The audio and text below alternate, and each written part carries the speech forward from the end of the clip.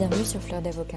Je suis Lila-Louise Maréchaux et dans ce podcast, je vais à la rencontre des avocats bien dans leur robe. Aujourd'hui, mon invitée est maître Maria Claudia Varela. Maria Claudia est avocate depuis 2017 et elle exerce au barreau de l'Essonne où elle est collaboratrice et pratique principalement le droit du travail. Elle m'a été recommandée par Jordi Dufresne, que je remercie. Et je remercie également Matt Decé pour son avis et ses étoiles sur iTunes, Apple Podcast. Un avis absolument dithyrambique puisque non seulement selon Matt Decé, c'est un podcast qui devrait être intégré dans le cursus des CAFPA, mais en plus, il nous dit que je devrais être financée par l'ordre tellement je fais du bien à la profession. Donc appel à l'ordre ou au CNB si parmi vous il y en a qui voudraient financer Fleur d'Avocat en partie, et bien c'est avec grand plaisir que mon compte en banque vous est ouvert.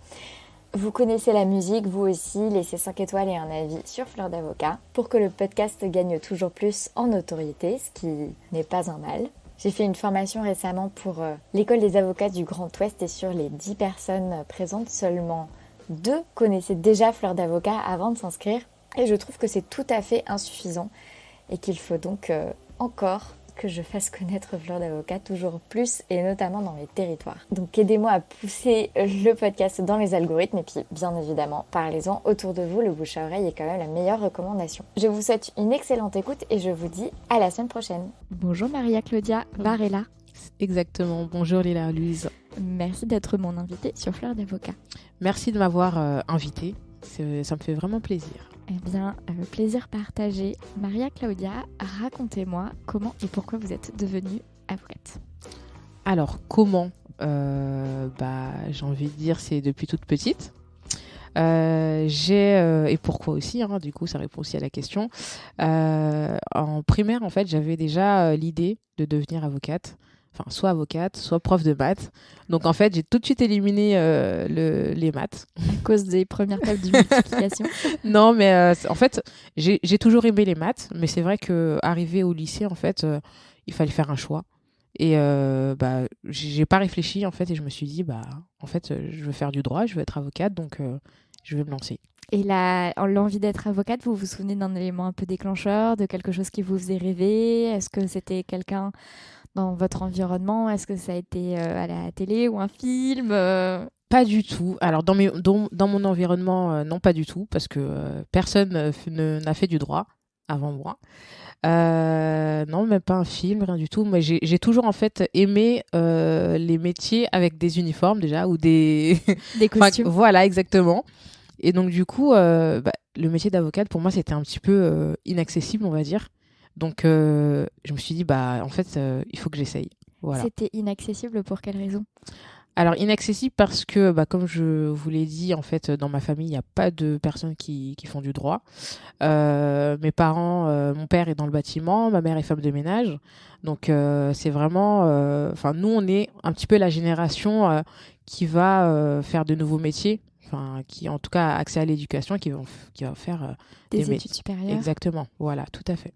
Et donc, ça a un sentiment de peut-être venir de loin par rapport à ce projet de devenir avocate? Exactement, oui, c'est exactement ça. Et puis, mes parents, ils ont toujours dit, pour avoir un bon métier, il faut travailler à l'école, il faut que vous fassiez des grandes études, des études supérieures, parce que nous, on n'a pas eu l'occasion, on n'a pas pu en faire. Donc, vous, il faut que vous en faisiez. Il faut que vous en faites, pardon. Et quand... Est-ce que ça a été difficile pour vous de vous projeter dans des études de droit dans ces conditions? Ou est-ce que, avec ce soutien de vos parents et cet encouragement, vous vous êtes sentie forte et en capacité d'y aller? Difficile, oui et non, parce que on se dit toujours, on va peut-être pas y arriver.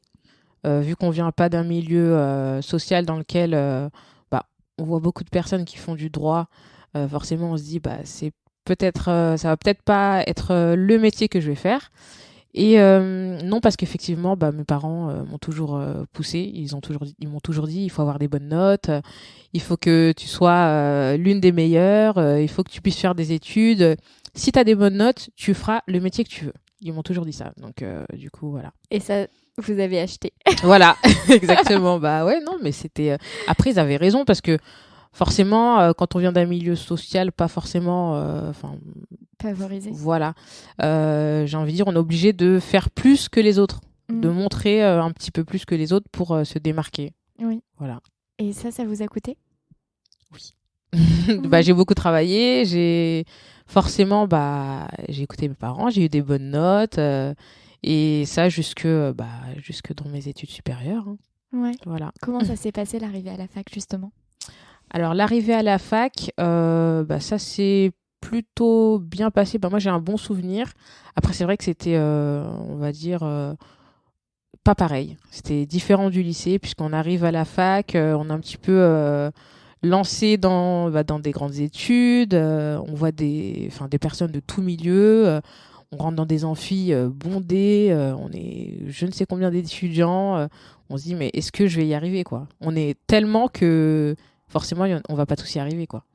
Ouais. Donc, voilà. Et face à cette deuxième adversité? Ouais, bah écoutez, On travaille. ouais, exactement. Bah à la fac, oui, il fallait encore plus travailler parce qu'on était encore plus nombreux, donc il fallait encore plus se démarquer. Et forcément, bah ça passe par le travail. Et oui, et vous parlez beaucoup de notion de démarcation, de Ouais. se démarquer. Ouais, c'est vrai. Ouais. Et de se démarquer par le travail, par les notes, en fait. Ouais, exactement, ouais. Bah oui, parce que, enfin, moi, c'est quelque chose qui a fonctionné, on va dire, depuis la primaire. Oui, c'est ça, depuis qu'on commence à avoir des notes. Oui. Depuis la primaire, bah, quand les parents signent les cahiers, forcément, où il y a les notes, bah, ils regardent tout. Donc, forcément, ils disent, ah, c'est très bien, c'est très bien. Donc, voilà. Donc, oui, depuis la primaire, hein, j'ai toujours eu des bonnes notes. Les félicitations, bah, c'était obligatoire pour mes parents. Donc, voilà. Pour eux, il fallait avoir les félicitations. C'était obligatoire un petit peu. Donc, du coup, bah, j'ai poursuivi dans cette lancée. Et ça a été une source de pression plutôt, enfin, négative à un moment, ça ou pas? Euh, on va dire, bah, plutôt à la fac, Plutôt je à la dirais. fac? Ouais, plutôt à la fac. Parce qu'avant, il n'y avait pas de difficulté. Enfin, au niveau des cours, etc., enfin, ça se passait très, très bien. Moi, j'ai une bonne mémoire aussi. Donc, j'ai pas forcément besoin de réviser beaucoup à la maison. Donc, bah, ça se passait bien. C'est vrai qu'à la fac, ça devient un peu plus compliqué dans le sens où bah, on apprend de nouvelles choses, on apprend une nouvelle méthode de travail, de nouvelles méthodes de travail. Donc forcément, oui, c'était un petit peu Le plus fait que ce compliqué. soit moins facile d'avoir les félicitations Voilà. faisait que la Aussi. pression était un peu moins Ouais, c'est sûr. facile à gérer. Exactement, ouais. Non, mais c'est sûr qu'à la fac, ça change, hein. J'en garde un bon souvenir parce qu'effectivement, on fait de belles rencontres aussi. Mais c'est vrai que bah, il fallait encore plus travailler pour avoir des bonnes notes. Ouais. Mm. Et est-ce que ça vous plaisait le droit? Oui. Pour le coup, il y a pas eu de Ouais. difficulté de ce point de vue-là. Ça m'a plu. J'avoue qu'en première année, je me suis dit, bon, c'est la première année, c'est les matières de base, voilà. Donc, au début, on va dire que j'ai trouvé ça peut-être un petit peu trop général. Et par la suite, j'ai plutôt accroché bah, à partir de la deuxième année, où on voit le droit pénal, et puis en troisième année, le droit du travail aussi. Donc, c'est vrai que à partir de la deuxième année, c'est vrai que je me suis dit, je C'était veux pour faire. moi. Voilà, Ouais. exactement, ouais. Ça a été la concrétisation de Tout à ces fait. années de projection. Tout à fait. Et comment est-ce que vous avez fait vos choix d'année en année? Alors, on a compris que vous aviez beaucoup travaillé et que vous aviez eu des bonnes notes. Voilà. Et donc, j'imagine que ça vous a permis d'avoir un dossier qui pose pas de difficulté au moment des différentes sélections. Alors, bah, au moment de l'entrée en première année à la fac, pas de Ouais. sélection, donc il n'y a pas de difficulté. Je suis allée à la fac la plus proche de chez moi, Oui. donc j'ai pas fait d'autres choix de fac. Ensuite, ça se corse un petit peu bah, au niveau du master. Donc, au master 1, bah, j'ai décidé de faire un master un peu plus spécialisé. En quoi? En droit du travail.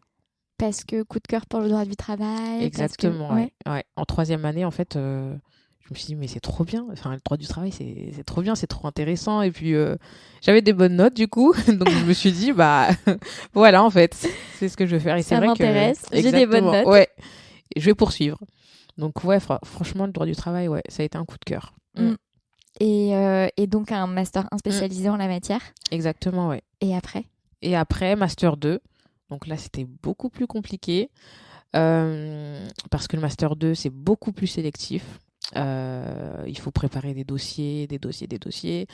Donc moi, j'ai fait des dossiers pour toutes les facs parisiennes et j'ai fait un seul dossier pour une fac en province. Parce que en fait, comme je connaissais des personnes qui habitaient à côté de cette fac, j'ai de la famille qui habite à côté de cette fac, donc du coup je me suis dit je vais essayer cette fac en province. Si je n'ai pas de réponse positive en fait en région parisienne, et je partirai si j'ai une réponse positive en province. Ouais. Voilà.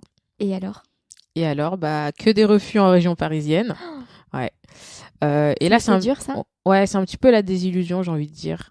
Parce que alors à la fin du master 1 en fait, on a eu en fait des échanges avec nos professeurs et puis ils nous disaient c'est pas grave si vous n'avez pas de master 2 parce que moi j'étais en fait à la fac à Nanterre, donc c'est vrai que je voulais poursuivre en fait mon master 2 à Nanterre et c'était super sélectif, il y avait des étudiants qui venaient de toute la France et il n'y avait pas beaucoup de place. Donc forcément on voit nos chances d'accéder à ce master 2 se réduire. Et donc j'ai du coup j'ai parlé avec ces professeurs, ils nous ont dit si vous n'avez pas de master 2, c'est pas grave, vous ferez l'IEJ. De toute façon, vous pouvez accéder au concours d'avocat directement avec un bac plus 4. Donc c'est pas un échec en soi de ne pas avoir de master 2, il y a une autre possibilité, une autre voie de sortie, on va dire. Ouais. Mais vous avez quand même dit que ça a été une désillusion. Est-ce que ça a été une désillusion parce que vous aviez beaucoup travaillé, vous estimiez que votre dossier vous donnait accès aux facs que vous vouliez, ou est-ce que... Enfin voilà, c'était quoi le sentiment derrière cette désillusion? En fait, là je me suis dit en fait, il y a pas, parce que je voulais poursuivre en fait dans un master spécialisé en fait en droit du travail, et je me suis dit déjà il y en a pas beaucoup, même dans la France il y en a pas beaucoup. Là où il y en a, les places sont limitées. C'est, je pense, 20 à 30 personnes, 20 à 30 étudiants par master. Que ce soit les masters recherche ou masters professionnels. Je sais qu'à Nanterre, il y avait du coup 3 masters, dont un professionnel, donc 90 places et on était je ne sais combien d'étudiants à faire des dossiers pour justement avoir cette place. Et donc des illusions, ouais, parce qu'il n'y avait pas beaucoup de place. On était des milliers d'étudiants à postuler. Et puis, moi, je voulais absolument faire un Master 2, en fait. Donc, je me suis dit, est-ce que je vais pouvoir le faire? Et donc, ça n'a pas été possible à Paris. Exactement. Est-ce que ça a été possible ailleurs? Oui. Pour le coup, oui. Écoutez, j'étais en liste d'attente. Oui. Il faut savoir que oui, j'étais en liste d'attente jusqu'au mois de septembre. Donc c'était vraiment dur cette période. Non? Ah ouais, super. Ah ouais, trop dur parce que tout l'été en fait, j'étais en stage en fait en cabinet d'avocat et en fait, dans ma tête, je me suis dit j'ai mon stage jusqu'en décembre et ensuite je ferai l'IEJ comme le professeur nous avait dit. Donc je me suis dit j'avais plus trop d'espoir en fait. Je me suis dit je suis sur liste d'attente, je vais peut-être pas l'avoir quoi. Et donc j'ai reçu un mail du directeur du master et du coup il me disait oui, votre candidature est retenue. Est-ce que vous voulez toujours faire partie du master? J'ai répondu direct tout de suite oui. tout de suite. Donc oui, c'était un grand oui. Et puis tout de suite, fallait tout préparer parce que je partais en province. Du coup, c'était à Amiens, à la fac d'Amiens. Et donc, en sachant que j'étais toujours en stage en cabinet d'avocat à temps complet. Ok, donc vous avez maintenu votre stage jusqu'à décembre? Voilà, je l'ai maintenu, mais à temps partiel. Ok. Donc, je me suis arrangée avec le maître de stage, avec l'avocat, puisque c'est un cabinet d'avocat. Je me suis arrangée avec lui. Il m'a dit, mais allez-y, foncez. Il était derrière moi, quoi. Et super. Franchement, ouais, on a trouvé une solution. Du coup, je me suis dit, je vais pas partir. L'organisation? Alors, l'organisation, c'était 3 jours, du coup, de cours à Amiens. Oui. Donc, je partais le dimanche soir à Amiens. Et je faisais mes cours donc le lundi, mardi, mercredi. Le mercredi soir, je redescendais sur Paris. Et puis, j'avais mon stage jeudi, vendredi. Ok. Voilà. Super. Enfin, ça a dû être hyper intense. Ouais, c'est hyper intense. Franchement, c'est vrai que la fatigue au début, on la sent pas, mais c'est vrai qu'après, oui, il y a quand même de la fatigue à faire les allers-retours. Donc ouais. Et ce Master 2, est-ce qu'il a répondu à vos attentes? Oui, parfaitement, parce que en plus c'était un master professionnel, donc j'avais aussi l'opportunité de faire un stage, soit un stage en alternance, soit un stage à temps complet. D'où cette organisation Exactement, ouais. qui était pensée pour. Ouais, exactement. Alors l'organisation, oui, elle était pensée pour jusqu'au mois de décembre. Et ensuite, à partir du c'était fin janvier, début février, je devais du coup trouver un stage en droit du travail. Enfin, en tout cas, dans le domaine du droit du travail. Alors que le cabinet où vous étiez, c'était du droit pénal routier. Voilà. Donc, fallait trouver un stage. Donc, moi, je cherchais un stage aussi. Et du coup, j'ai trouvé mon stage qui était aussi sur Paris. Donc, pareil, c'était la même organisation avec les allers-retours à Amiens-Paris. Voilà. Et si on revient un petit peu sur ces stages, le stage en droit pénal routier, c'était le premier stage ou est-ce que vous en aviez fait avant aussi? Non, c'était le premier. C'était le premier. Ouais. Est-ce qu'il a été difficile à trouver? Non, il n'a pas été très difficile à trouver, mais c'est vrai que comme j'avais pas l'expérience des stages en cabinet d'avocat en plus, c'était un peu compliqué de se mettre dedans, on va dire. Ouais. Mais vous l'avez trouvé comment? Alors sur Village de la Justice. Village de la Justice. Ouais. Okay. Tous les stages en fait, ouais. Tous les stages. Exactement, ouais. Même mon offre de collaboration, je l'avais trouvé aussi sur Village de la Justice. Donc, non, mais il faut rendre hommage. Voilà. J'ai aussi interviewé, mais je crois que c'était Christophe Puech dont j'ai diffusé l'interview récemment. Et à chaque fois, je lui demandais, j'avais dit Village de la Justice. Ouais. Village de la Justice. Moi, c'est les mêmes réponses. Voilà. C'est Village de la Justice, ouais. Okay. C'est ça. Et ça s'était passé comment ce premier stage en droit pénal routier? Donc, je comprends un patron plutôt, ou une patronne d'ailleurs, plutôt compréhensif et plutôt dans l'envie de pousser par rapport aux études, etc. Exactement, parce que s'il a consenti à ce mi-temps, à part ça. À part ça, ça s'est super bien passé. Enfin, honnêtement, j'ai appris plein de choses. C'est vrai que c'était pas ce que je voulais faire de base, mais je me suis dit, il me faut quand même une expérience au cabinet d'avocat. Et même si c'est pas dans le domaine que j'apprécie le plus, ce sera toujours un plus pour moi. Voilà.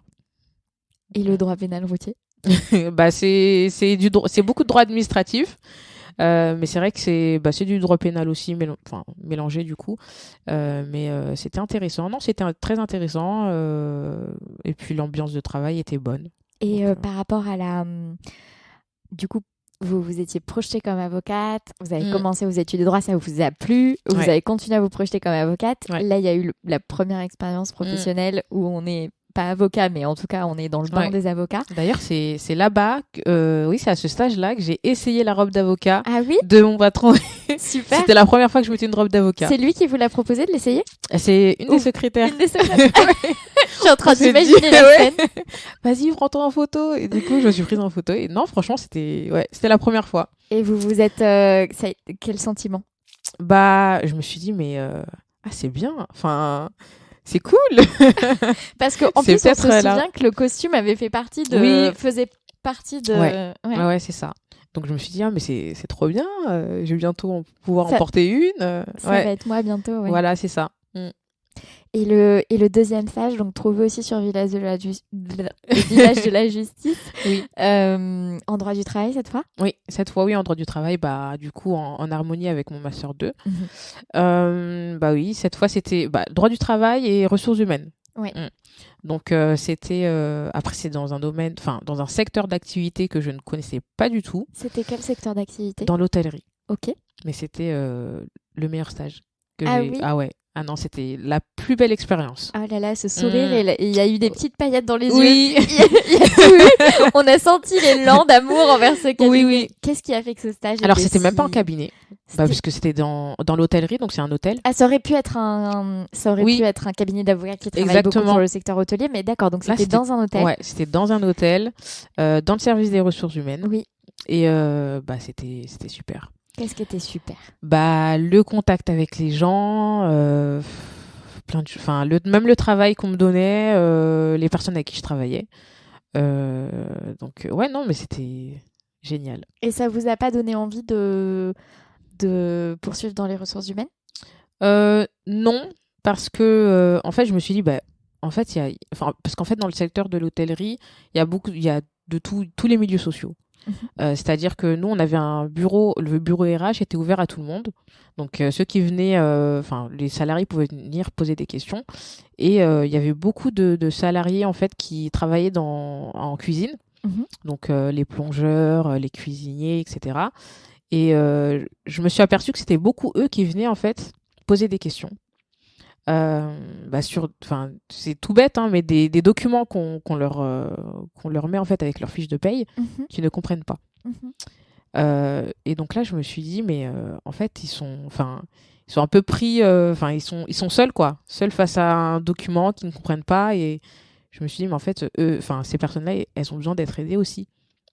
Donc moi, c'est avec plaisir que je leur donnais en tout cas les informations. Et du coup, ça crée du lien avec ces salariés-là. Même si c'est que professionnel, dans le fond, on a une petite... On s'attache, quoi. Donc c'est vrai que c'était une très très belle expérience. Et vous vous êtes dit, je pourrais rester dans les ressources humaines, mais je pourrais aussi travailler pour ces personnes-là et les accompagner comme avocate. Exactement. Dans la compréhension de leurs droits et de... Est-ce que vous vous étiez projeté comme... en vous projetant comme avocate, alors je comprends qu'il y a le droit du travail qui vous a rapidement plu, oui. Mais est-ce que vous vous projetiez dans une certaine forme d'exercice, dans un certain type de cabinet Non. Non, pas du tout. En robe, c'est sûr, oui. mais c'est pas ça. dans un...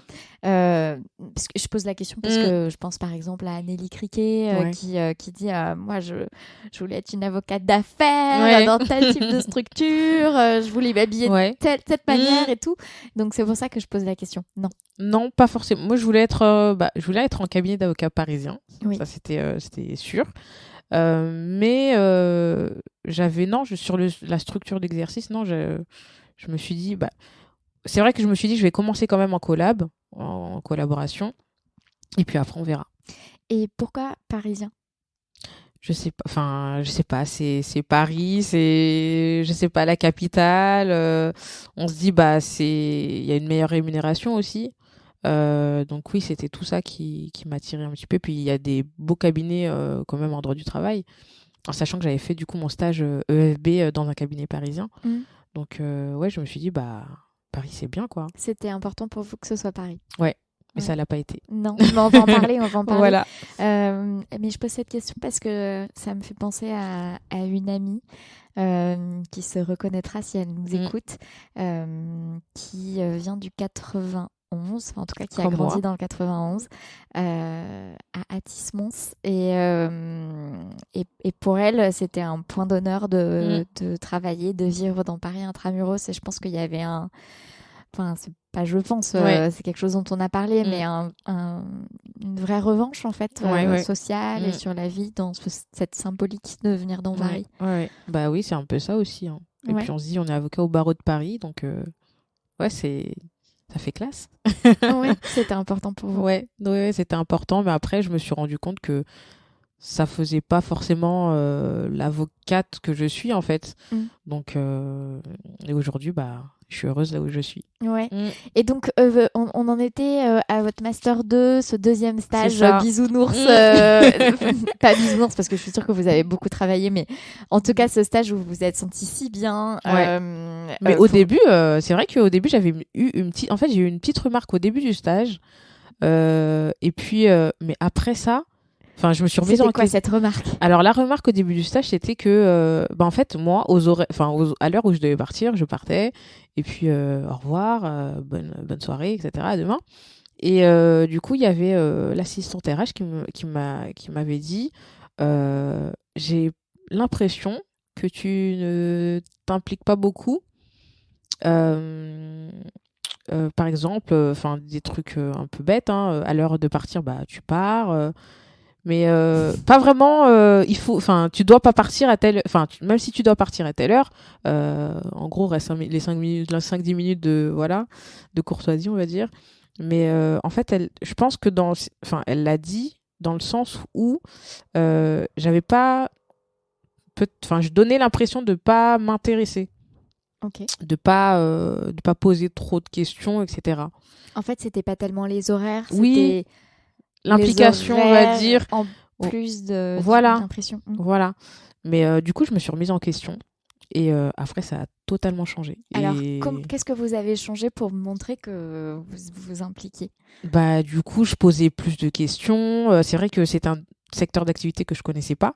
Donc, bah, j'ai regardé un petit peu comment ça se passait. Donc, je demandais, est-ce que moi, je peux faire ça? Je peux faire ça? Du coup, elle me disait, oui, oui, tu peux le faire. Donc, en fait, c'est comme ça, en me donnant, on va dire, petit à petit, plus de responsabilités.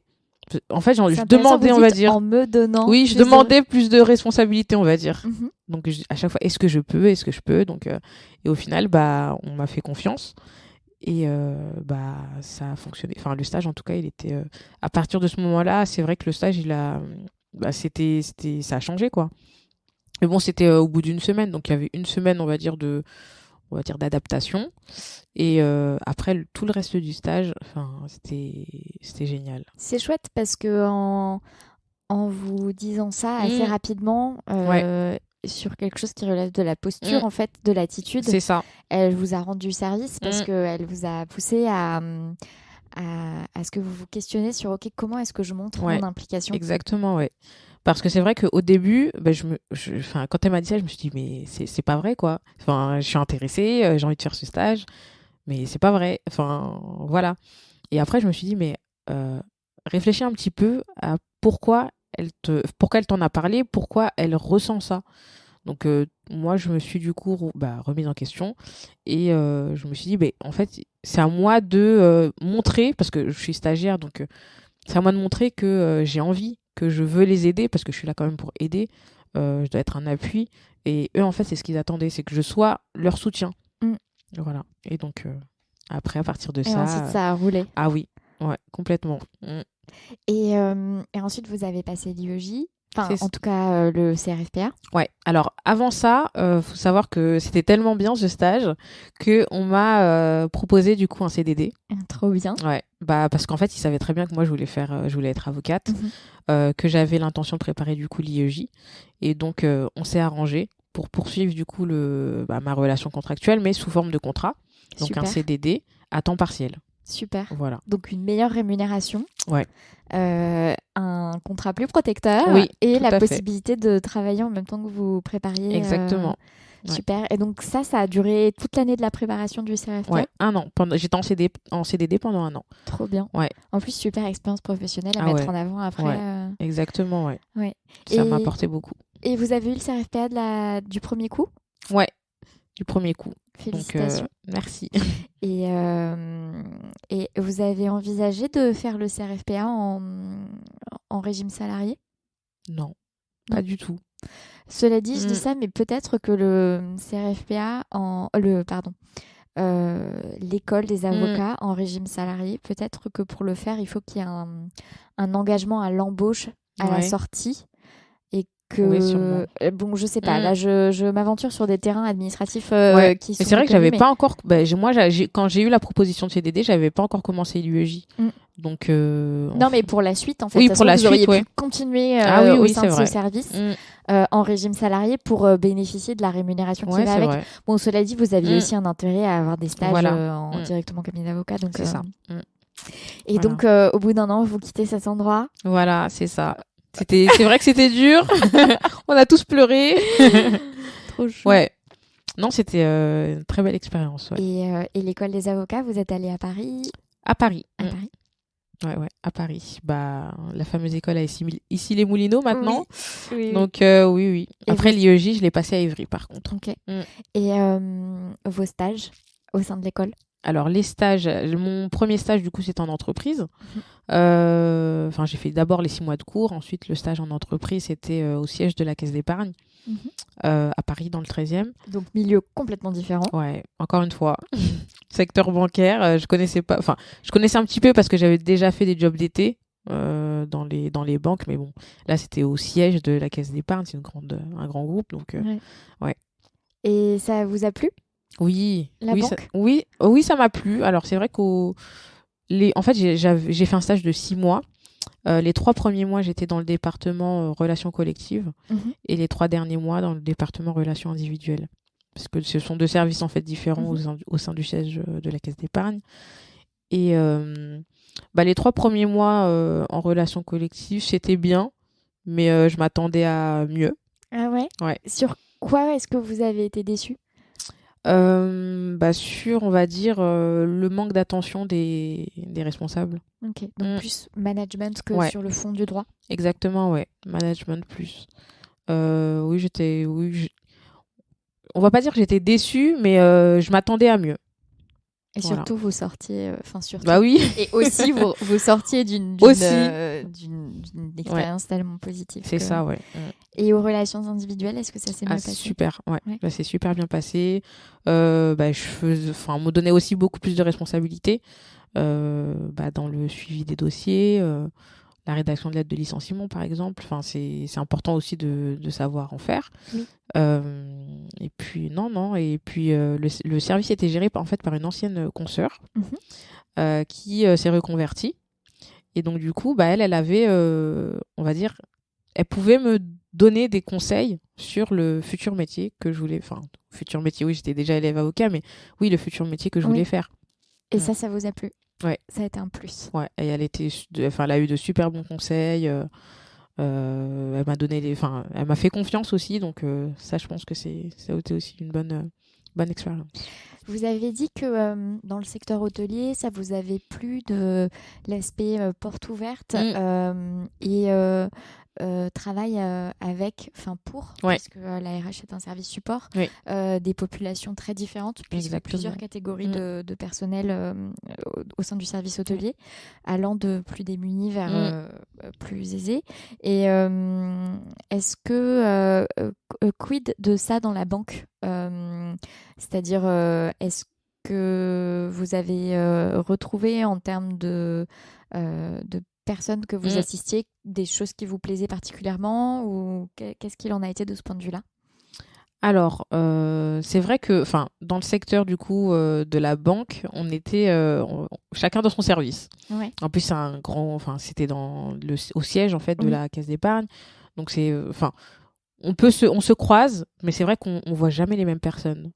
Donc on est tous dans notre bureau en train de travailler, et en fait nous on n'a pas vraiment de contact avec les salariés, les collaborateurs en agence, mais c'est surtout les responsables du service qui eux ont des contacts, mais c'est plus avec les directeurs d'agence. Et ça vous a manqué? Oui, quand même, ouais. Ça m'a quand même manqué, mais après c'est un autre côté, on va dire, qui m'a aussi apporté. Donc pour moi c'était quand même un très beau stage. Ouais. Et le deuxième stage? Le deuxième stage, c'était en cabinet d'avocat, du coup. Oui, à Paris. Oui. À Paris, toujours trouvé sur le village de la justice. Et c'était un stage, à Paris, dans un cabinet qui fait essentiellement du droit du travail. Et ça s'est bien passé? Oui, super. Ouais, ça s'est super bien passé. Les avocats étaient super sympas, les collaborateurs aussi. Non, il y avait une bonne ambiance de travail. Et puis mon maître de stage aussi. Ouais. Ouais. Est-ce que il a été question que vous soyez recruté, ou pas d'embauche en perspective? Alors oui, il y avait une embauche en perspective, mais malheureusement ils n'ont pas donné suite. Ah mince. Ouais, mais Vous savez pourquoi? Non, pas vraiment.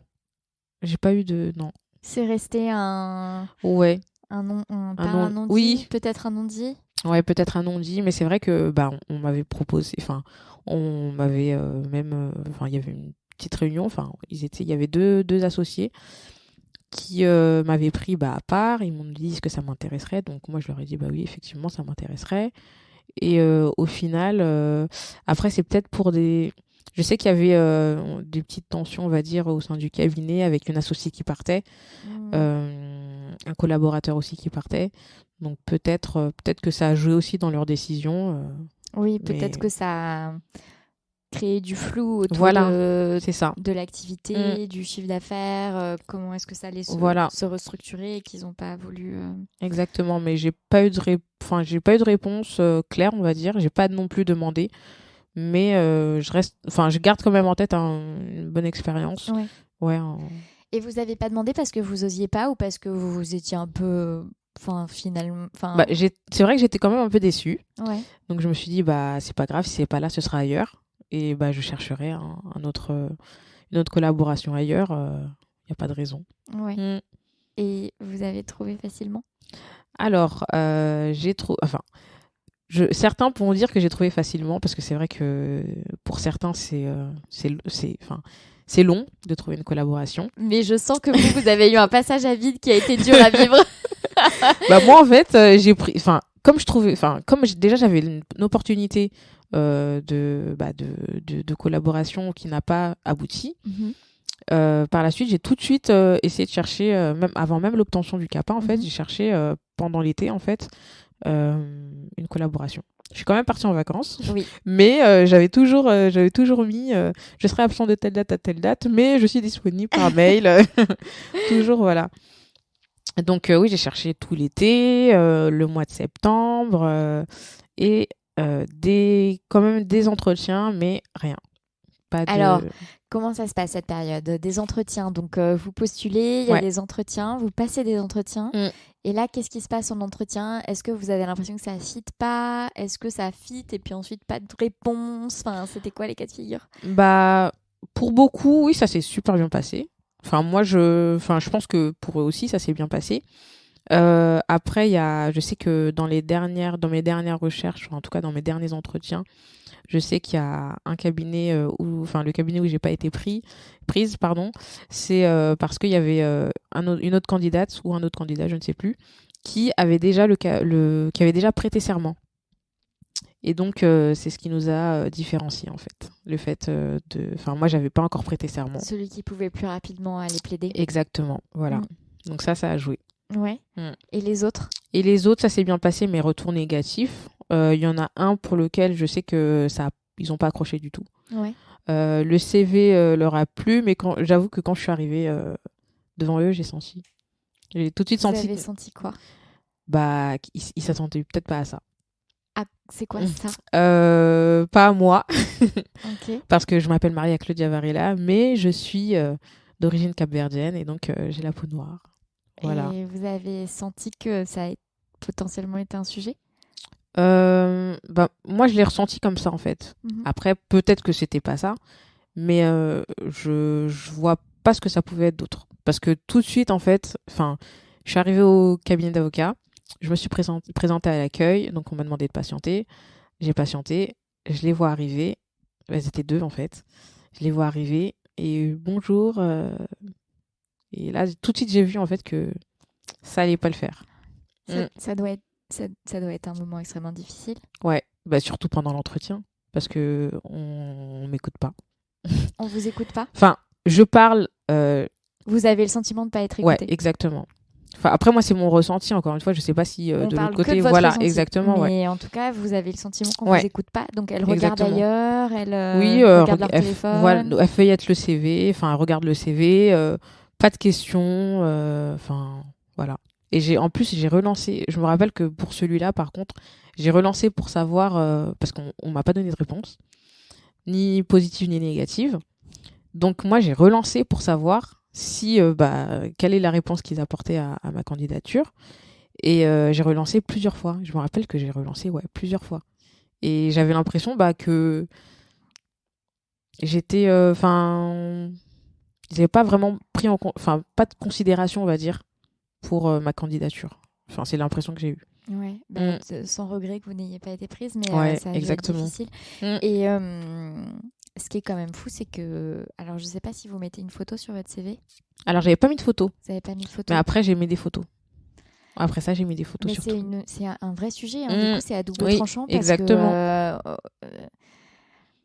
J'ai pas non mais en plus j'ai pas de connaissances macro économiques parce que je suis sûre qu'il y a des études en sciences humaines sur ce qu'il en est de mettre un CV mettre une photo pas mettre une photo et donc j'ai pas ces données là donc je peux pas me prononcer, mais c'est vrai que comme ça à froid ça semble un peu cornélien comme choix parce que si on n'en met pas potentiellement ça permet de passer un premier filtre de discrimination éventuellement, mais il reste le fait qu'à un moment on se rencontre et on peut pas se cacher. C'est ça, mais c'est exactement ça. Ouais. Mais du coup, après, j'ai préféré en mettre. Je me suis dit, bah, c'est pas grave. Si on me refuse le CV pour ça, bah, je le saurais pas, déjà. Oui. Et puis, de toute façon, enfin, je peux pas cacher qui je suis. Oui. Voilà. Et quand vous n'en aviez pas mis au début, c'était pour ça? Non, même pas. J'avais pas de photo, on va dire... Professionnelle. Voilà. C'était plus pour ça, au début. Et bah, du coup, bah, après, j'ai fait une photo conforme, on va dire. Et puis, je l'ai mise sur mon CV. Et quand est-ce que ça s'est débouché du point de vue de la collaboration? Alors, en fait, j'ai répondu à une offre sur Village de la Justice. Mais c'était à Évry. Donc, en fait, là où j'habitais. Et alors là, est-ce que ça a été dur de cliquer sur cette offre? Franchement, oui, on va dire oui. Soyons honnêtes. Voilà. Parce que je me suis dit, oui, bon, bah, c'est Évry, quoi. On verra. On verra. Ouais. Donc sans enthousiasme. Sans plus, ouais. Pour le fait d'une collaboration de là où vous veniez. Exactement, sans plus. Je me suis dit, bah, je vais essayer. Je vais essayer, je vais voir. Et puis, je vois depuis 3 ans. Depuis 3 ans. Donc, ça se voit bien, quoi. Oui, voilà. Ouais. Et c'est quel type de structure? Alors, c'est un cabinet d'avocats où il y a 2 associés et 2 collaborateurs. Mais il faut savoir que quand je suis arrivée, en fait, il y avait 2 associés et un ancien associé qui est parti à la retraite. Donc, en fait, moi, j'ai repris tout le pôle droit social. Parce que les autres associés ne font pas de droit social? C'est ça. Donc, vous Ils en êtes font pas ou arrivé peu. très jeune. Ouais. Bébé avocat. Bébé avocat. Je déteste cette expression, mais vous êtes arrivée jeune avocate. Exactement. Dans une structure. Donc, les 2 autres associés, qu'est-ce qu'ils font? Alors, droit de la famille, droit pénal, droit commercial, droit civil pur. Ok. Voilà. Donc, près. un cabinet plutôt généraliste. Oui, plutôt généraliste. Dans lequel il y avait un associé très expérimenté qui faisait plutôt du droit du travail. Oui. Et il y a eu un temps où vous avez travaillé avec lui, ou vous avez vraiment vous êtes arrivé au moment où il est parti et donc vous avez récupéré son portefeuille de clients? Bah alors en fait, je suis arrivée au moment où il était pas très présent au cabinet. Enfin il était là, mais il pensait aussi à sa retraite. C'est ça. Donc, mais il était là quand même. Il m'a dit si t'as des questions, n'hésite pas, tu m'appelles, on voit. Donc, parce qu'il y avait des dossiers quand même qui continuaient. Donc, forcément, bah, des fois, je demandais son aide. Qu'est-ce qu'il faut faire là? Je venais de commencer, donc oui. Et ça vous a plu cette configuration d'être un petit peu jeté dans le grand bain rapidement? Ouais, franchement, ouais, ça m'a plu. Au début, c'est vrai qu'on appréhende, mais je pense que de toute façon, bah, pour apprendre, bah, il faut exercer. Et la meilleure façon d'exercer, bah, c'est de se lancer. Après, c'est vrai que pour les premiers courriers, je demandais est-ce que c'est bien rédigé, est-ce que je dis les bons termes, voilà. Mais oui, non, mais il faut se lancer. Ouais. Et au bout de combien de temps est-ce qu'il est définitivement parti du cabinet? Bah, quelques mois. Quelques mois, ouais. Après, il restait quand même disponible pour répondre à mes questions. Mais ouais, quelques mois, je dirais 6 mois. 6 mois où on a pu échanger sur certains dossiers. Donc voilà. Et du coup, maintenant. Et vous êtes la seule au cabinet à vous occuper du droit du travail? Ouais, je suis la seule. C'est du droit du travail côté salarié, côté employeur? Alors, on fait les deux. Oui. Mais c'est vrai qu'on va dire 80% des dossiers, c'est côté salarié. Et c'est des clients qui viennent beaucoup par les autres associés, qui viennent par l'ancien associé, le bouche-oreille des précédents clients. Est-ce que vous avez un peu une visibilité sur d'où viennent les clients? Ouais, alors les clients... En droit du travail, en tout cas. Ouais, il y en a beaucoup qui viennent qui étaient déjà en fait là, parce que c'était l'ancien associé qui s'en occupait. Ou oui, il y a aussi du bouche à oreille. Mais on travaille beaucoup aussi avec les protections juridiques. Donc, on a aussi beaucoup de dossiers de protection juridique au cabinet. Ouais. Et ça vous plaît? Oui. Oui, non, mais ça me plaît. C'est après, vu l'expérience que j'ai eue dans l'hôtellerie, oui, le fait d'être côté salarié, forcément, c'était, ouais, c'était un, ça fait sens pour vous. Voilà, exactement. Et en sachant quand même que pour mon stage en cabinet d'avocat, mon stage EFB, le cabinet où j'étais, c'était plus côté employeur. Mhm. Donc j'ai pu voir les deux côtés, on va dire. Et la conclusion au niveau de... Enfin, je veux dire, au stade du CAPA, donc avant Ouais. de retourner côté salarié, vous aviez une préférence pour la recherche de collaboration? Oui, plus côté salarié du Plus coup. côté Ouais. salarié, oui. Mais c'est vrai que bah là c'était, enfin, du coup le cabinet où j'ai postulé faisait quasiment que ça. Donc voilà, même si c'était à Évry, et bah Et voilà. d'ailleurs, parlons-en du fait que Oui. ce soit à Évry. Maintenant, rétrospectivement, vous en pensez quoi de... Bah franchement, enfin, je suis très bien là où je suis. Je me plais. J'ai une liberté. J'ai des responsabilités aussi, ce que j'aime bien. Et personne n'est derrière moi, quoi. Enfin, ils sont quand même un peu derrière moi parce que bon, faut quand même que ça tourne. Mais je pense qu'ils sont contents. Et moi aussi, du coup. En toute simplicité. Ouais. Est-ce que vous développez de la clientèle personnelle ou est-ce que votre clientèle personnelle, vous la portez au cabinet? Oui, je développe aussi ma clientèle personnelle. Pour ça, il n'y a pas de difficulté avec, on va dire, les associés. Ouais. Mm. Et vous la gardez pour vous ou vous la portez au cabinet? Non, je la garde pour moi. Vous la gardez pour Oui, oui. vous. Est-ce qu'il y a... Ça m'étonne un peu cette question.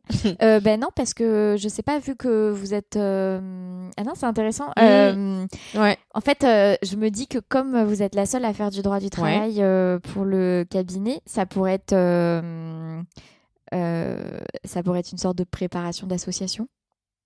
Ah oui, d'accord. Ouais. Mais Oui, oui. Non, mais en fait, comme on vous a fait tellement confiance, on vous a recruté pour remplacer sur un pôle très identifié une personne qui est partie avec un transfert de portefeuille de clientèle. Il y a une partie bisounours en moi qui se dit bah après tout si ça se passe bien et que enfin voilà. Non mais enfin je pense que de toute façon c'était clair dès le début. Eux ils ont été clairs, ils ont dit bah vous pouvez développer votre clientèle perso, vous pouvez faire des permanences, on vous laisse faire, en tout cas vous gérez votre emploi du temps. Ouais. Voilà. Et donc du coup bah non, moi les dossiers perso bah ce sont des dossiers à moi. Ouais. Donc il y a les dossiers du cabinet et puis il y a mes dossiers. Ouais. Voilà. Et vos dossiers perso, ils viennent d'où? Alors, il y a de l'AJ, donc l'aide juridictionnelle. Mais du coup, vu que les clients à l'AJ, après avoir, une fois que leur dossier est terminé, ils peuvent revenir. Et c'est souvent le cas. Donc, ils reviennent, soit parce qu'ils ont encore un autre souci avec l'employeur ou dans un domaine totalement différent. Voilà. Et pour votre activité personnelle, vous faites que du droit du travail ou vous vous étendez à d'autres problématiques? Ouais, je m'étends quand même à d'autres problématiques. Ouais. Et lesquelles? Alors, du droit de la famille, du droit civil et un petit peu de droit pénal. Et ça vous plaît? Famille, civil, pénal? Ouais, ça me plaît. Après, le droit de la famille, c'est vrai que c'est particulier parce que on va dire, on porte un petit peu les gens dans leurs difficultés. Parce que c'est vrai c'est beaucoup, on rentre dans la vie intime des gens. Enfin, même si dans le droit du travail, il y a aussi ce côté, les gens, les personnes qui viennent vous voir, en fait, quand ils ont un problème avec leur employeur, c'est vraiment, ils ont subi un licenciement la plupart du temps. Et pour eux, la vie s'arrête. Ils ont été licenciés, donc pour eux, plus de revenus, qu'est-ce qu'ils vont faire? Ils sont désemparés. Donc voilà. Après, le droit de la famille, c'est beaucoup plus intime, je trouve, dans la vie des gens, dans la vie intime quand même. Et ça vous plaît ou pas trop? Alors, pas trop. Faut pas que ce soit non plus, parce qu'il y a des clients, des fois j'en parle avec des consoeurs, des confrères. Des fois, il y a des clients, oui, c'est vrai, qui sont quand même. Ils nous font confiance, donc forcément, ils nous disent tout. Il faut aussi mettre ça, mettre ça, mettre ça. Enfin, en fait, c'est comme si nous, en fait, on rentrait aussi dans le problème familial. J'ai l'impression. Après, ouais, c'est mon impression à moi. Et ça, c'est pas votre truc? Non, pas trop. Je préfère rester un petit peu plus en retrait, parce que sinon, c'est sûr qu'on a tout de suite un avis tranché. Mais ouais, je préfère rester un petit peu plus en retrait. Donc c'est pour ça que je fais, quand je fais par exemple des divorces, soit c'est des personnes qui sont venues parce qu'ils avaient déjà un autre dossier avec moi, soit des divorces par consentement mutuel, où il n'y a pas vraiment de conflit, Oui. ou aussi des procédures hors divorce pour demander un droit de visite et d'hébergement, etc. Voilà. Mais vous cherchez pas à être identifié comme une Non. avocate en droit de la famille et Non. à ce qu'on vous envoie en première intention des personnes qui veulent divorcer et qui se battent pour leurs enfants. Ouais, non. C'est... Non. Non. Voilà. Et le droit pénal? Le droit pénal, en fait, j'ai commencé par faire des permanences garde à vue. Donc, j'avais commencé par ça. Enfin, le cabinet m'avait déjà dit, vous pouvez faire ça. Enfin, c'est bien. Enfin, ça vous permet d'être rémunéré. Et puis, vous voyez un petit peu comment ça se passe déjà, les gardes à vue. C'est vrai que quand j'ai commencé à en faire, ça m'a plu. Parce qu'on est au tout début de la procédure, quand même. Si il y a des poursuites derrière, mais ouais, c'est intéressant. C'est très intéressant, mais il faut connaître la procédure. Ouais. Ouais. Vous vous êtes cassé les dents sur certains dossiers? Pour l'instant, non, j'essaie d'être assez... je regardais tout. Est-ce que ça a bien été notifié à telle heure? Bon, d'accord. Voilà. Et qu'est-ce que... on n'a pas reparlé de votre famille, mais qui vous a beaucoup poussé à faire ces études et vous êtes allée jusqu'au bout des études et maintenant vous êtes avocate. Qu'est-ce qu'il en est pour vos parents, en fait, par rapport à vous et par rapport à vos parents Je pense qu'ils sont fiers, j'espère. Oui, parce que pour eux, c'est avoir quelqu'un qui est déjà sa propre fille qui est avocate, pour eux, c'est waouh, quoi. Ça a un impact que ce soit sa fille? Ouais, oui, forcément. C'est quelqu'un, même si chez nous, en tout cas, la famille, c'est très important, mais même si ça pouvait être une cousine à moi ou une tante, peu importe, mais ils auraient été contents aussi. Mais là, c'est leur fille, quoi. Enfin, je pense que pour eux, ils le voient comme ça. Enfin, c'est ce que je pense. Je pense que quand je demandais ça a un impact que ce soit sa fille, je pense par opposition ou par contraste avec un fils. Ah. Mais là, je suis dans l'exploration totale. Hein. C'est que des questions très ouvertes. Non, non. Peu importe que ce soit sa fille ou son fils. Ouais, peu importe. Je pense qu'ils de toute façon ils sont fiers de nous. Même si mon frère, j'ai un frère et une sœur du coup qui sont plus petits. Mais moi en plus j'étais l'aîné, donc je devais un peu montrer l'exemple. Et même les autres, ils sont aussi fiers de ce qu'ils font, même si c'est pas avocate. C'est des métiers aussi qui sont bien. En tout cas, ça c'est des métiers qui leur plaisent. Voilà, ça leur plaît. Donc, à partir de ce moment-là, je pense qu'ils peuvent être que fiers. Je demande parce que moi, ma grand-mère ne savait pas conduire. Ouais. Et du coup, c'était important pour elle que ses filles sache conduire. Et donc, c'était, je pense, aussi important pour elle que son fils sache conduire. Oui. Mais je pense ma grand-mère a particulièrement... D'accord. avait un truc particulier avec cette zone de non-indépendance dans sa vie. Ah, d'accord. Et donc, effectivement, il y avait ce truc où les filles devaient avoir le permis, quoi. D'accord, ok. C'est pour ça que je demande. Non, mais non. Que ce soit son fils ou sa fille, que ce soit leur fils ou leur fille, je pense que pour eux, c'est peu importe le genre. Et est-ce que... Là, je pense plutôt par référence avec mon interview de Mago Sukuna. Oui. Est-ce que vous d'ailleurs, je connais parce que... C'est vrai ? Oui, parce qu'on a fait en fait nos études ensemble à Évry. Ah, c'est mais fou. je connaissais pas du tout son histoire. Le monde est minuscule. Ouais, je connaissais pas son histoire et j'avoue que j'ai écouté son podcast jusqu'à la fin. Ouais. Et mais je me dis mais ah ouais quand même. Enfin, on se voyait donc on se disait bonjour, enfin salut, ça va, mais jamais on rentre pas dans la vie intime des gens quoi. Donc là en découvrant ça, c'est vrai que je me suis dit ah oui quand même. Enfin, elle a vécu des choses quoi. Ouais, c'est et on la voyait avec sa petite voiture arriver en cours et tout. Enfin, et du coup je me rappelais ces moments-là où on la voyait avec ses livres, sa petite voiture, elle se garait. Enfin voilà. Non, c'est marrant.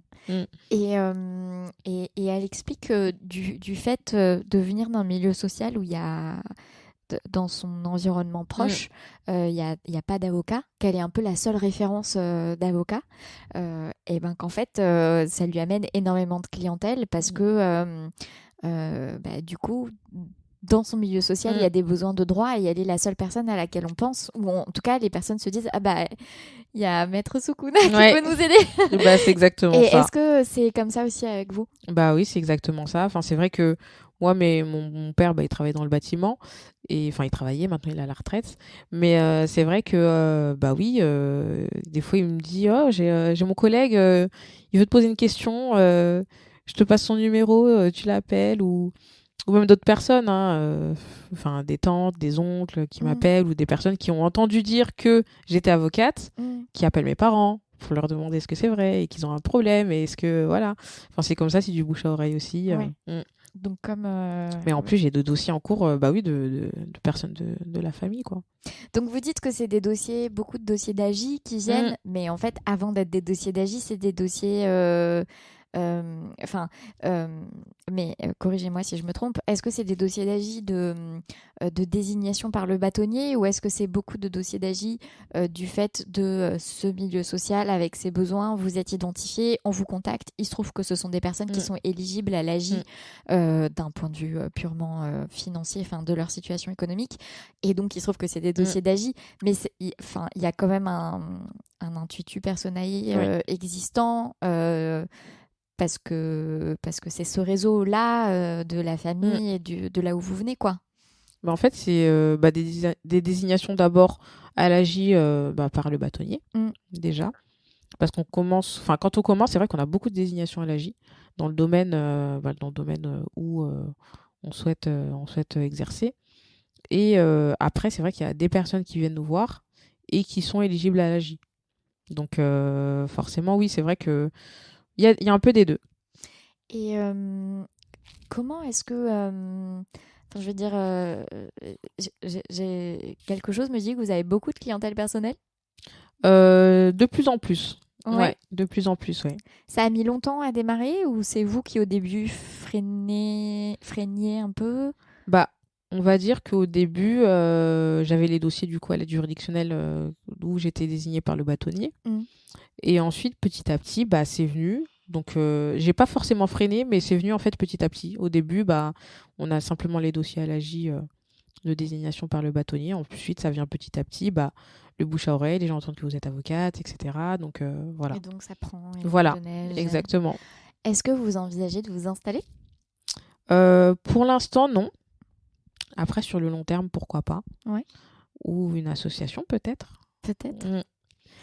C'est marrant parce que moi, ça m'a semblé tellement... Mais moi, je pense que je suis un peu trop bisounours. Mais ok.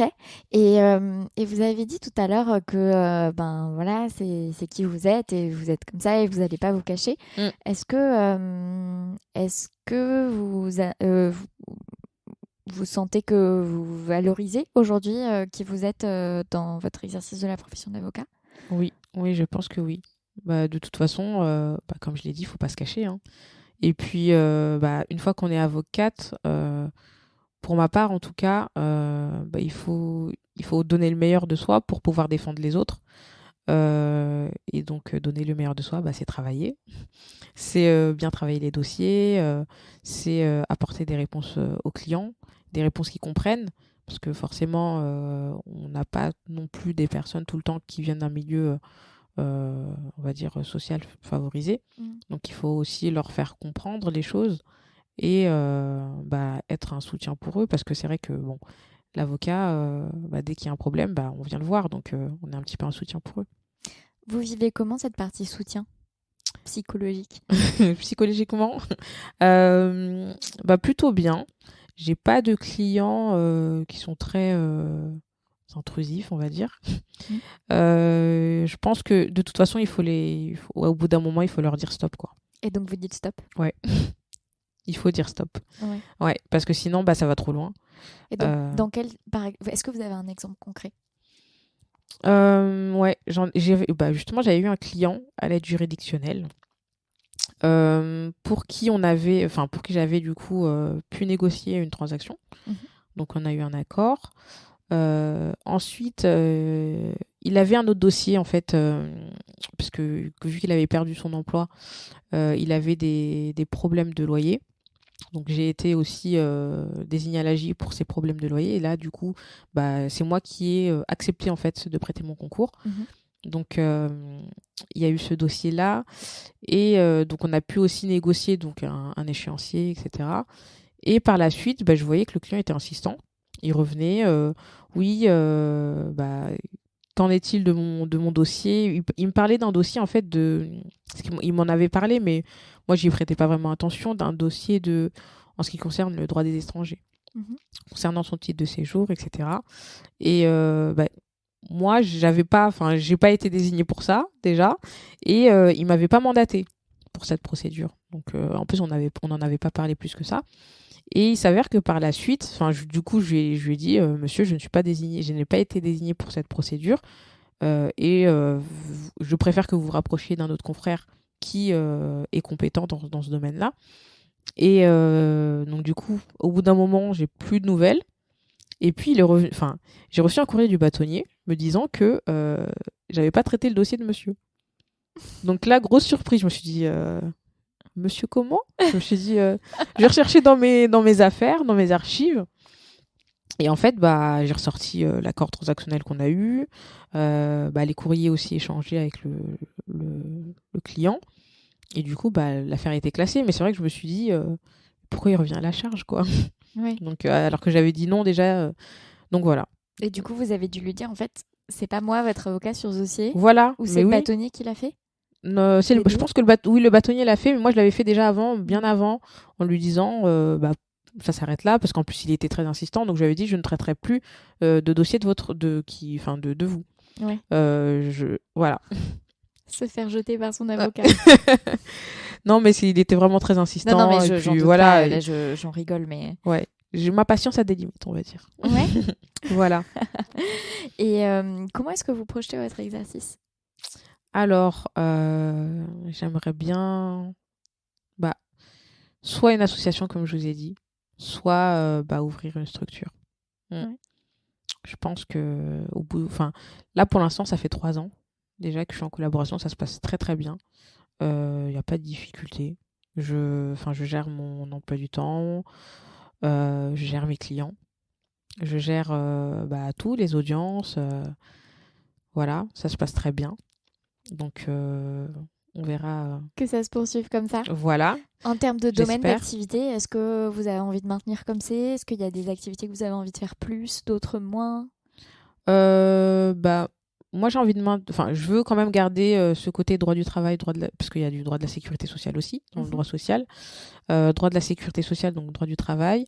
Et j'aimerais aussi, pourquoi pas, aussi un petit peu développer en droit de la famille, mais comme je vous ai dit, en restant un petit peu en retrait et donc faire un petit peu plus de dossiers, on va dire, qui concernent bah, les droits de visite et des hébergements, les divorces par consentement mutuel ou les divorces non conflictuels. Pas rentrer dans le conflictuel, en tous les cas. Et du droit pénal aussi, j'aimerais bien. C'est amusant parce que j'ai échangé avec une avocate ce midi qui me disait alors on vient me voir pour du divorce, moi je veux bien continuer le divorce, mais bah alors les divorces non conflictuels, hein, moi je veux pas. Je lui dis mais ok, donc tu veux surtout développer du divorce non conflictuel, c'est par ça? consentement mutuel. Je lui dis mais enfin, les gens savent pas forcément tout de suite si ça va vraiment être non conflictuel ou pas. Ça. Donc, comment tu gères au niveau de la prise de dossier? Alors, j'imagine qu'il y a des dossiers où, quand ils arrivent, on sait tout de suite que ça va être Verdun. Et que, mais des fois, on peut leur demander aussi, est-ce que vous avez des difficultés, est-ce que vous avez déjà échangé avec votre futur ex-conjoint? Est-ce que vous pensez que vous allez être d'accord en tout point ou pas? Donc, c'est des petites questions à poser pour avoir un avant-goût, on va dire, du dossier. Un avant-goût de si ça sent mauvais ou pas. C'est ça. Et quelle est votre dernière joie? Ma dernière joie, c'était un dossier que j'ai gagné récemment. Oui. Ouais. Pour une salariée. Enfin, honnêtement, en fait, on va dire les conseils de prud'homme, on a des a priori, oui, on va dire ça. Il y a des conseils de prud'homme qui sont plus pro-employeur, d'autres plus pro-salarié. Et là, c'est vrai que j'étais devant un conseil de prud'homme plus pro-salarié. pro-employeur, pardon. Et donc, c'est vrai que je me suis dit, on va peut-être pas obtenir ce qu'on voulait, mais j'espère qu'on l'aura en tout cas. Et c'est vrai que pour cette salariée, ça m'a touchée aussi parce que c'est une petite dame assez âgée qui venait d'être licenciée. J'ai trouvé en tout cas que les motifs qui étaient invoqués contre elle n'étaient pas forcément justifiés. Et du coup, on en a apporté la preuve. Et on a gagné du coup ce procès. Et, elle était très contente. Elle m'a remercié. Merci de m'avoir soutenue. Enfin, des petits mots comme ça qui sont, on va dire, qui peuvent être des petits mots bêtes, on va dire. Mais ça fait plaisir d'avoir juste des remerciements, en fait. La gratitude, hein. Ouais, exactement. Juste des remerciements. Et encore ce matin, oui, c'est ça, ce matin, elle m'a appelé pour me dire, elle a appelé au cabinet, j'étais pas encore là, mais elle m'a envoyé un mail juste après pour me dire, j'ai bien reçu mes sous. J'espère que vous avez pris vos honoraires dessus. En tout cas, merci encore, etc. Enfin, voilà. Parce que certains clients, quand ils reçoivent les sous, des fois, ils nous disent pas, j'ai bien reçu les sous. Donc voilà. Mais oui, non, ça fait plaisir. Ouais. Ça fait plaisir. Ça se voit parce que vous avez les pommettes qui se sont mises à franchement, saillir. ouais. Et je pense même que vous rougissez un peu. Peut-être. Mais c'est plus difficile à dire Oui. que quand c'est moi. Et qu'est-ce que vous portez sous votre robe? La fameuse, d'ailleurs, on n'en a pas parlé de votre robe. En fait, oui, ma robe. D'ailleurs, quand je l'ai essayée, du coup, je l'avais déjà portée au stage. Oui. Mais quand je l'ai essayé, quand j'ai essayé ma robe, il y avait ma mère avec moi. Oui. Et une consoeur aussi, puisqu'on a eu le CAPA en fait ensemble. Et du coup, ma mère était c'est trop beau, c'est trop bien. Elle était super contente. Et ça vous a fait quoi, ça? Le regard de votre mère sur votre robe et sur vous dans votre robe? J'étais contente, de la joie. De la joie aussi parce que je sais que pour eux c'était pas facile parce que ils viennent de loin, donc ils sont venus en France dans un pays qu'ils ne connaissent pas pour travailler. Ils n'ont pas forcément eu ils sont bien aujourd'hui, mais c'est vrai que s'ils avaient pu travailler, continuer leurs études, je pense qu'ils l'auraient fait. Mais il fallait partir pour trouver une vie meilleure, avoir aussi des sous. Donc, ouais. Je n'avais pas connaissance d'une communauté capverdienne. Je ne savais pas qu'il y avait de l'immigration du Cap-Vert en France. Ouais, si, il y en a pas mal quand même. Il y en a pas mal. Ah oui. Et c'est ça s'éloigne complètement du sujet, mais c'est pas grave. C'est une immigration qui vient. Qu'est-ce qui fait que ce canal est identifié France-Cap-Vert? On est en une ancienne colonie portugaise. Oui, c'est ça que j'avais en tête. C'est ça. Ouais. Mais c'est vrai que moi, mon père, en fait, il a d'abord été au Portugal pendant plusieurs années et ensuite il est venu en France. Mais c'est vrai qu'en France, c'était un peu l'Eldorado, on va dire. C'était la France, c'était waouh. Enfin, voilà. Donc oui, il y a beaucoup d'immigration capverdienne en France. En France. Ok. Moi, mes parents m'avaient ramené du rhum arrangé du Cap-Vert et je m'en suis jamais remise. Et tous les rhums arrangés que je bois, je les bois et je les juge en référence à ce souvenir fantasmé du rhum du Cap-Vert. Et c'est terrible parce que je ne retrouverai jamais ce rhum arrangé capverdien en France. Mais c'est méconnu, personne ne le sait. Personne ne le sait. Pourtant, c'est vrai qu'on produit beaucoup de rhum. De toute façon, on vit quasiment que de l'agriculture au Cap-Vert. Ouais. Non, mais sachez que le rhum arrangé du Cap-Vert est extraordinaire et sans pareil. En tout cas, moi, j'en ai un souvenir absolument. Mais à ce stade, je pense que je l'ai complètement. Je pense qu'en fait, il faut pas que j'en. Non, mais surtout, je pense qu'il faut pas que j'en reboive parce que je vais être déçue. Je m'en suis fait tellement un truc. Ouais. Voilà, bref. Merci beaucoup, Maria Claudia Varela, pour cet échange. Je vous en prie. En tout cas, c'était avec plaisir. Ça m'a fait super plaisir de partager un petit peu mon parcours. Et puis, qu'il puisse être diffusé aux autres. Oui, mais sans aucun doute. Je suis sûre que vous recevrez des messages. Merci. Merci beaucoup, en tout cas. Merci.